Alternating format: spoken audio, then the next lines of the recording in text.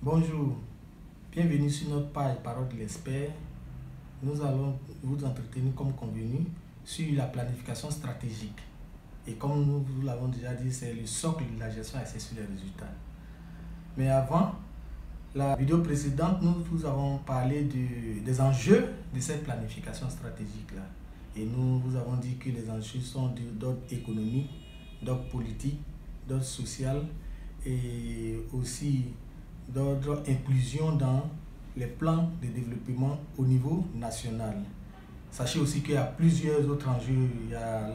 L'enjeu peut être aussi d'ordre environnemental, ainsi de suite. Comme convenu, aujourd'hui, nous allons vous entretenir sur la planification elle-même.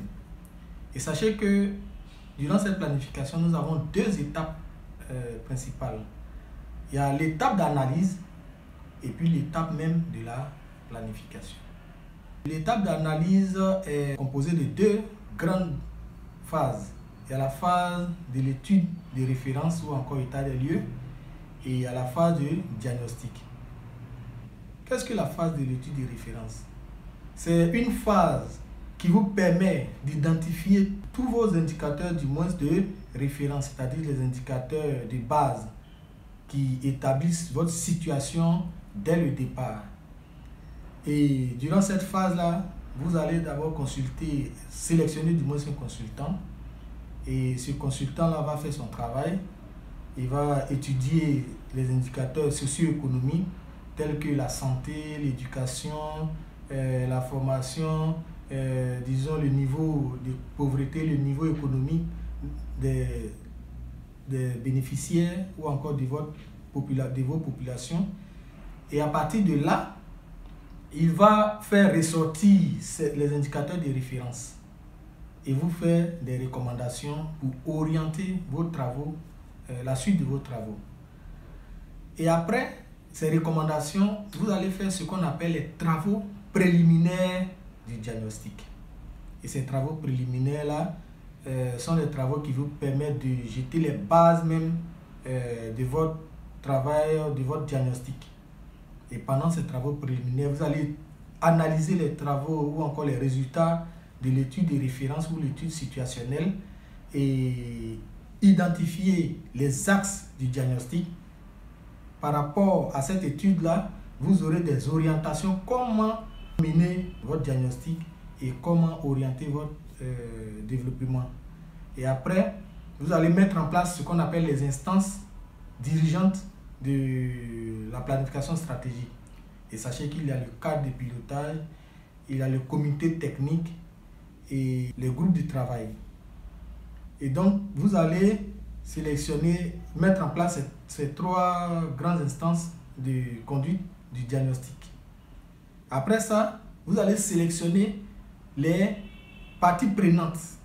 Sélectionner les parties prenantes, c'est-à-dire quels sont ceux qui sont concernés par le diagnostic ou encore par le plan stratégique autant pour moi. Et après, vous allez, parmi ces parties prenantes-là, puisque les parties prenantes sont des groupes sociaux, vous allez sélectionner maintenant les participants, c'est-à-dire chaque participant au sein de chaque groupe. Et une fois que les participants sélectionnés, vous allez maintenant former les équipes, c'est-à-dire les groupes de travail. Et les groupes de travail doivent être formés en fonction des axes du diagnostic, des axes de votre diagnostic. Une fois que les groupes de travail formés, vous allez maintenant passer à la phase pratique de votre diagnostic. Mais vous n'allez pas rentrer directement dans le diagnostic sans que ceux avec qui vous travaillez ne connaissent la méthode et la conduite à tenir. Et donc vous allez les former d'abord. Vous allez former les participants. Et tous les participants devront avoir cette formation-là sur la méthode qui sera utilisée lors du diagnostic. Ça peut être la méthode SWOT, ça peut être la méthode du diagnostic cause, effet, etc. Donc, vous allez former les participants et après la formation, vous allez leur donner les kits. Vous allez donner les kits à chaque participant. Et une fois que tout est bien ficelé, tout est bien préparé, vous allez aller au diagnostic. Donc ici, Généralement, au niveau de la planification stratégique, la méthode la plus utilisée est la méthode SWOT.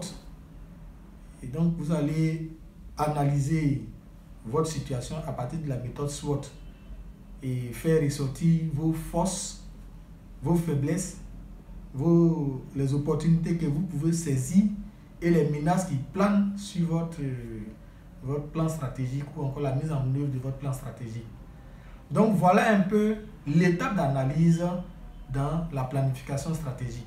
Et une fois que vous finissez, disons, l'analyse SWOT, vous repérez tous les résultats que vous avez obtenus dans ce qu'on appelle la matrice SWOT.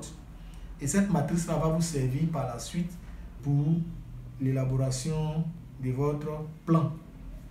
Donc, voilà un peu ce qu'on avait à partager avec vous sur ce point-là, c'est-à-dire cette étape de la planification stratégique concernant bien entendu l'étape de l'analyse. Merci pour votre écoute. Suivez-nous toujours sur Parole de l'expert. La prochaine fois, nous allons vous entretenir, comme nous avons déjà dit, sur l'étape de la planification à partir des résultats du diagnostic. Merci et à bientôt.